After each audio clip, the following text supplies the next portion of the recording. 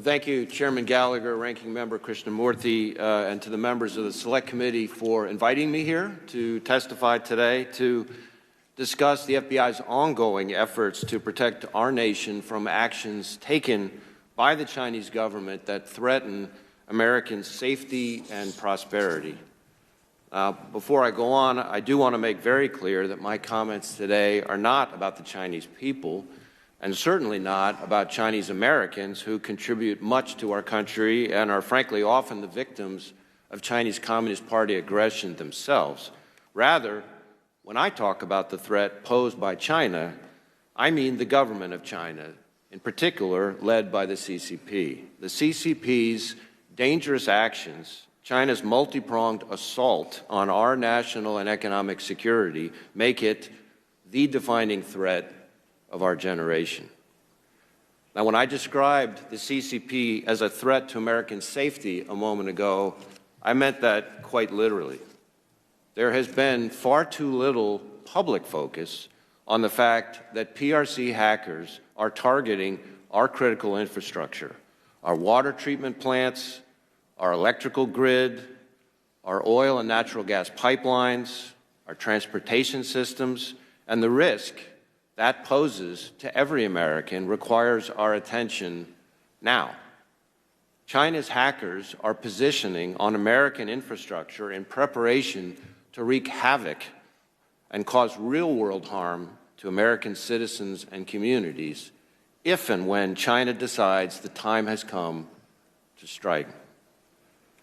They're not focused just on political and military targets. We can see from where they position themselves across civilian infrastructure that low blows aren't just a possibility in the event of a conflict. Low blows against civilians are part of China's plan. But the PRC's cyber onslaught goes way beyond pre-positioning for future conflict. Today, and literally every day, they're actively attacking our economic security, engaging in wholesale theft of our innovation and our personal and corporate data. Nor is cyber the only PRC threat we face. The PRC cyber threat is made vastly more dangerous by the way they knit cyber into a whole-of-government campaign against us. They recruit human sources to target our businesses, using insiders to steal the same kinds of innovation and data that their hackers are targeting, while also engaging in corporate deception, hiding Beijing's hand in transactions, joint ventures, and investments to do the same. And they don't just hit our security and economy, they target our freedoms, reaching inside our borders across America to silence, coerce, and threaten some of our citizens and residents. But I can assure you, the FBI is laser-focused on the threat posed by Beijing. We've got cyber, counterintelligence, criminal, and WMD experts, just to name a few, defending against it. And we're working in partnership with the private sector, partnership with our allies abroad, and partnership at all levels of the U.S. government, especially the NSA, Cyber Command, CISA, and ONCD, whose leaders I'm honored to be here with today. In fact, just this morning, we announced an operation where we and our partners identified hundreds of routers that had been taken over by the PRC state-sponsored hacking group known as Volt Typhoon. The Volt Typhoon malware enabled China to hide, among other things, pre-operational reconnaissance and network exploitation against critical infrastructure like our communications, energy, transportation, and water sectors, steps China was taking, in other words, to find and prepare to destroy or degrade the civilian critical infrastructure that keeps us safe and prosperous. And let's be clear, cyber threats to our critical infrastructure represent real-world threats to our physical safety.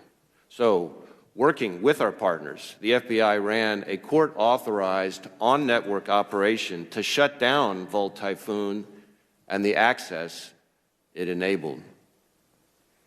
This operation was an important step, but there's a whole lot more to do, and we need your help to do it.